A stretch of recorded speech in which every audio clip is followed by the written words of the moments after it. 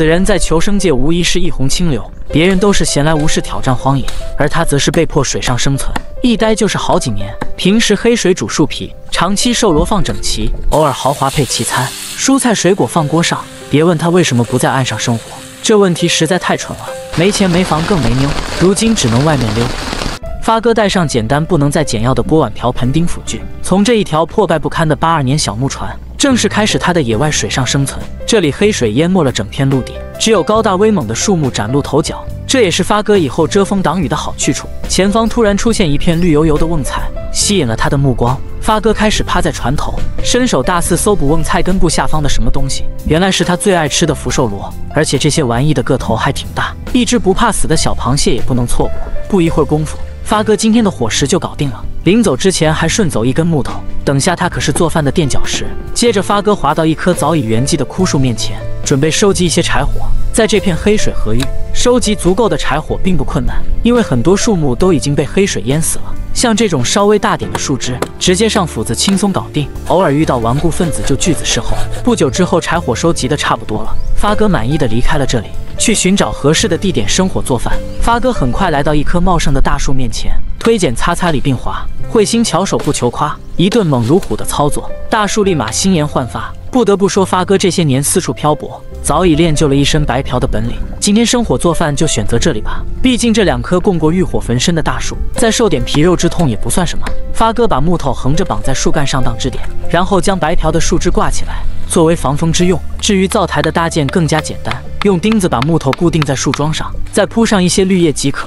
斧子削木一直很酷，每棒点火瞬间就妥。发哥为了犒劳自己一天的辛勤劳动，当然要来上一壶82年的黑水，再放入一片100年的陈年树皮，妥妥的提神又醒脑，谁喝谁知道。不过友情提示，非专业人士切勿模仿，烧水不误砍柴工，生活做饭一路通。装好提神醒脑的解渴法宝之后，现在正式开始处理今天的硬菜。清洗好2根野生大葱垫在锅底，接着拿出1/2拳头大的福寿螺，趁着黑水哥不注意的时候沐浴一番。一看发哥就知道他是一个生活充满仪式感的好男人，就连锅中福寿螺的摆放也要整整齐齐摆满一大锅。试问这样的好男人去哪里找？奈何如今世道猖狂，钱财横道，动不动就以金钱衡量一个人的品质，实属西风日下，穷人无处呻吟呐。啥也不说，啥也不唠，继续看发哥如何造。盖上锅盖，猛火收汁。在等待过程中，发哥也不忘准备来点蘸料。正所谓精致的生活都离不开油盐酱醋，食盐配辣椒绝对是蘸料界的不二之选。最后挤上一些野生柠檬汁混在一起，这般酸爽，即便还没有开吃，嘴里早已口水充盈，跃跃欲试。吃螺子怎么可以没有趁手的工具呢？即便你的细工再好，也不敌一根牙签一掏到底。终于可以开吃了，不过在吃之前，还是先把火堆浇灭。这一点点的安全意识，发哥还是做得挺到位的。身为一个吃螺达人，在品尝肥美螺肉之前，必须先尝汁水，再吃螺肉，这才叫原汁原味。发哥熟知野外生存不易，所以哪怕是一丢丢胶原蛋白，他也不会轻易浪费，一扫而空。就这样简简单单的一餐，已经让一个寂寞而无奈的好男人心满意足。如今的社会充满铜臭与显摆的味道，即便发哥戴上那顶冒牌货，也难以阻挡两者格格不入的气质。吃饱喝足之后，发哥收拾好行装，又要启程下一个未知河域。这个男人果然不是一般的狠人，不仅用乌漆嘛黑的黑水泡茶、洗脸、刷牙，而且还敢在他以船当家的一艘破木船上生火做饭，就不怕一把火给烧没了吗？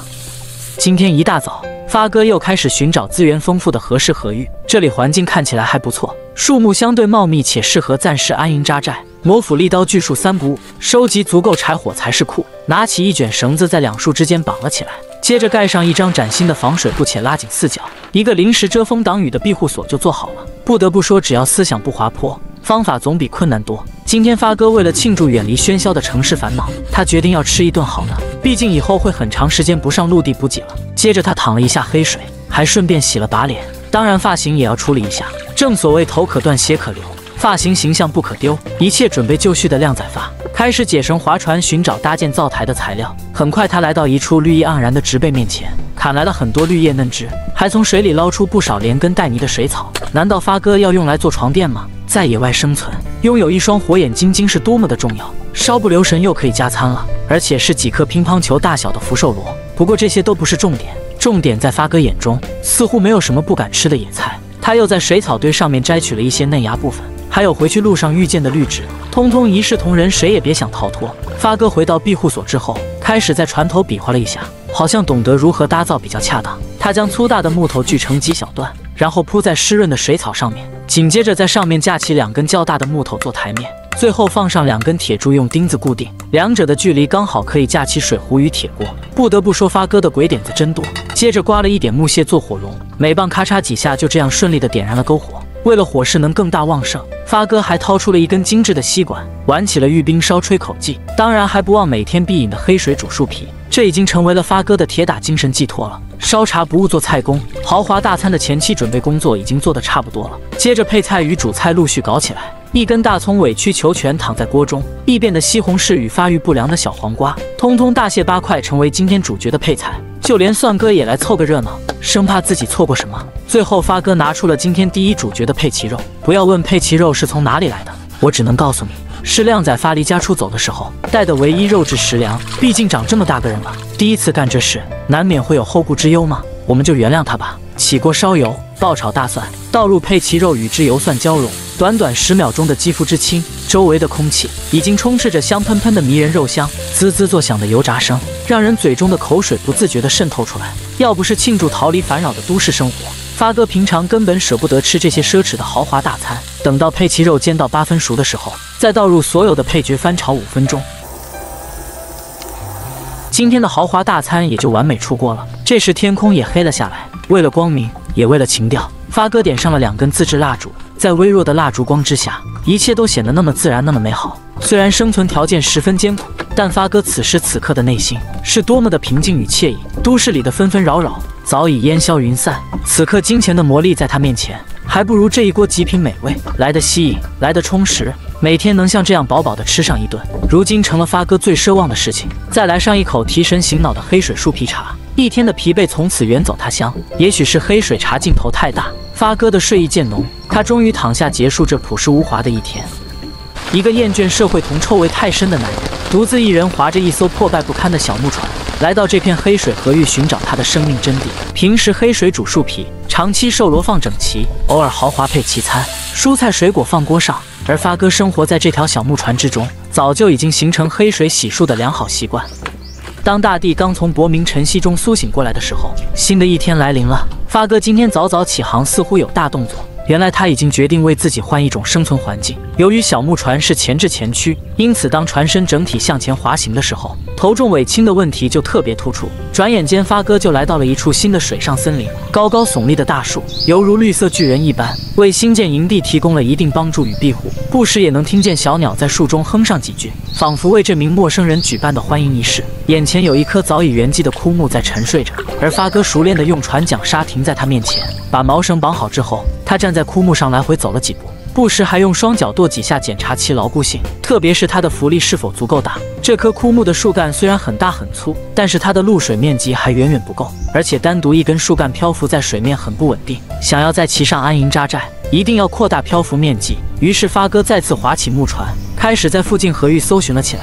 眼前这根漂浮的枯木倒是笔直得很，看来生前也算是一根正树君子。就它吧，毕竟树干中散发的气质与自己不分伯仲。发哥在上面试了试它的浮力是否足够，确认之后想把它拉走，这时才发现并没有这么简单。用手摇了几下，原来这根枯木的树头树根在生前与培育它的泥土还依依不舍，藕断丝连。就发哥这小身板根本无法将其撼动，即便抄起手中的终极武器一锯了事，开始对树根霍霍了起来。锯断了第一个树根之后，枯木稍微移动些许，但它沉在水底的树头树身实在太多太重，很显然还是不能将其整体移走。不过对于大脑拥有7200转速的发哥来说，小事一桩。他想到了借力用力的好办法，把绳子一端绑在上方的树干上，而另一端绳子则借助水的浮力绑在枯木后将其吊起来，使得浸泡在水中的枯木离开水面更容易进行锯割。不过说起来容易，做起来难，犹如纸上谈兵，虚得很。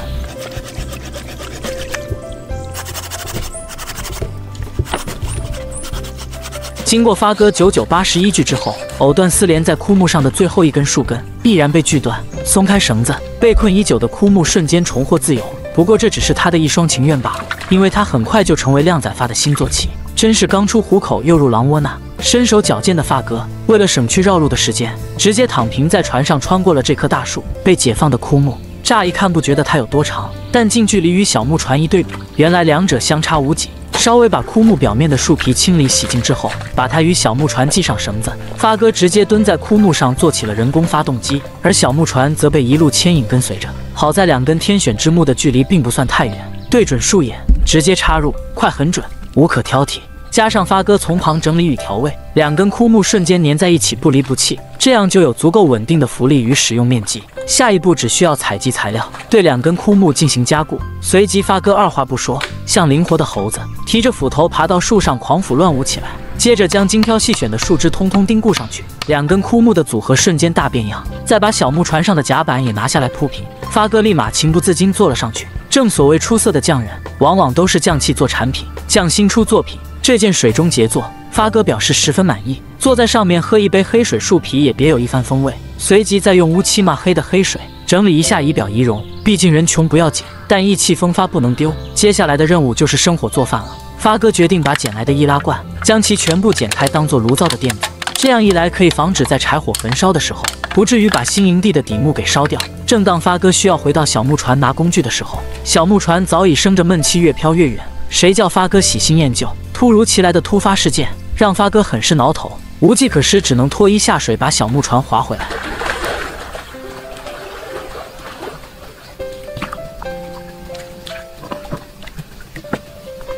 想在自然中求得生存，总要面临许多的挑战。刚才的天气还好好的，如今突然下起瓢盆大雨，淋得发哥措手不及，手忙脚乱。现在也只能顶着大雨，尽快把帐篷搭建好。帐篷不仅仅是一块简易的塑料薄膜，它可是挑起了替发哥挡风遮雨的担子。很快，简易的帐篷搭建起来了，但此时的发哥依旧未能停下手中的斧子，继续完善新的营地。目前发哥需要收拾一块可以点火的地方。木头尽管终年泡在水中，但现在的坚硬程度依然坚固无比，每一斧子下去都是哐哐作响。清理出一块生火位置之后，钉上马口铁材质的易拉罐铁皮。眼看此时的雨水开始有停下来的迹象，但下一秒再次倾盆而下，似乎这场雨水一时半会不会给发哥好脸色看的。于是发哥找来一根树枝，把雨布的遮挡面积再撑大一些。随后终于回到帐篷内歇息一番。尽管外面雨水还滴滴答答的下个不停，但依然没能阻止发哥忙里偷闲的好心态。来上一口热乎乎的独有黑水树皮茶，整个人顿时精神抖擞，充满热的力量。为了防止长时间淋雨容易感冒，发哥也不得不把毛毯披在身上。即便雨水拍打的声音充斥着整个雨林，但丝毫也没有影响发哥美好的心情，因为他知道总会有雨过天晴的时候。纵使雨水会停，但发哥的水上生存仍在继续。好了，视频到这里就结束了，关注我，让世界变得更精彩。